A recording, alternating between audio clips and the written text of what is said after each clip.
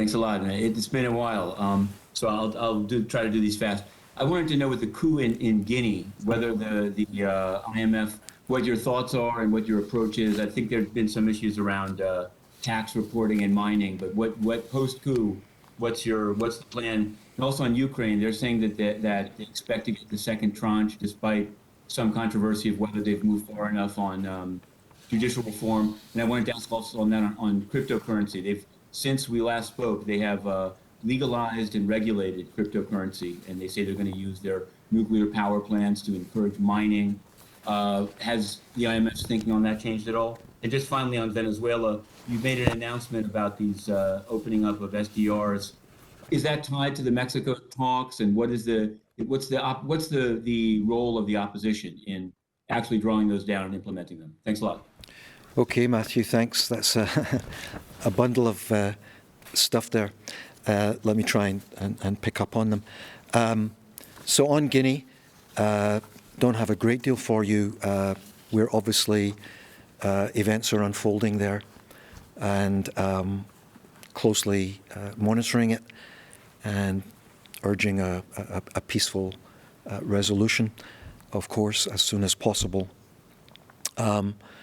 We completed, the fifth and sixth reviews under the program there last December. That's a while ago now.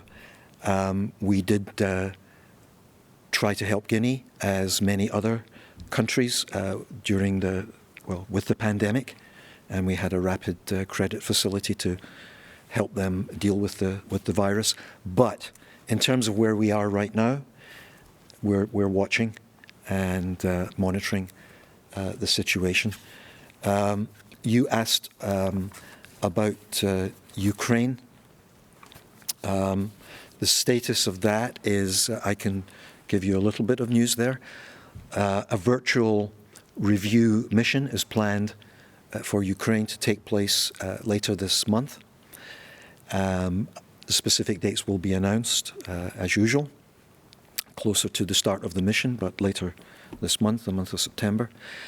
And, just in terms of the status where we are with Ukraine, we did say earlier in the summer that we will be working with the authorities on remaining issues where agreements needed for us to be able to complete the review of the ongoing program with Ukraine.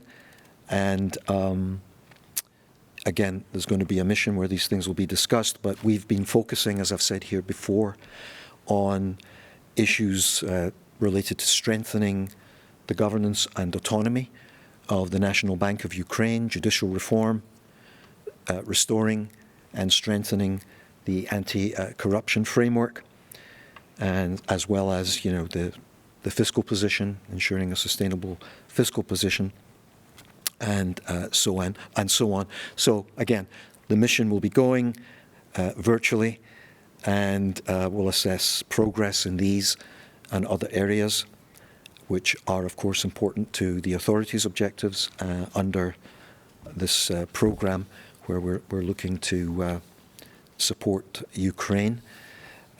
You asked about El Salvador, Matthew, and we had talked about that before, and given our view on the adoption of Bitcoin as legal tender, and on the status of where we are then with El Salvador, we are continuing the discussions on the Article 4, and we expect these to conclude in the period ahead, in the coming months, and the potential of an IMF program for El Salvador is also under discussion.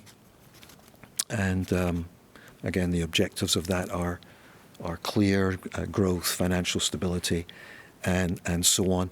But again, on the specific the Bitcoin issue, I think we've been fairly clear in our public statements.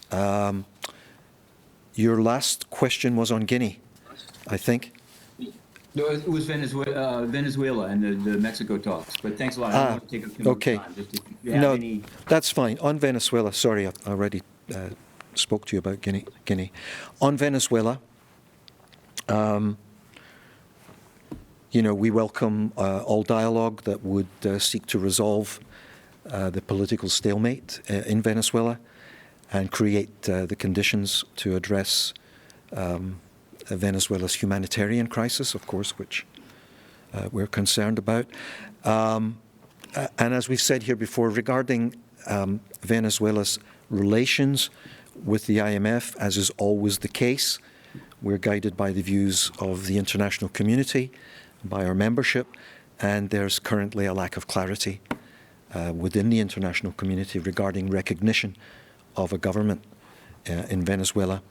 So as a consequence, Venezuela cannot access IMF resources at this point, including the SDR allocation. And again, we've talked about that before.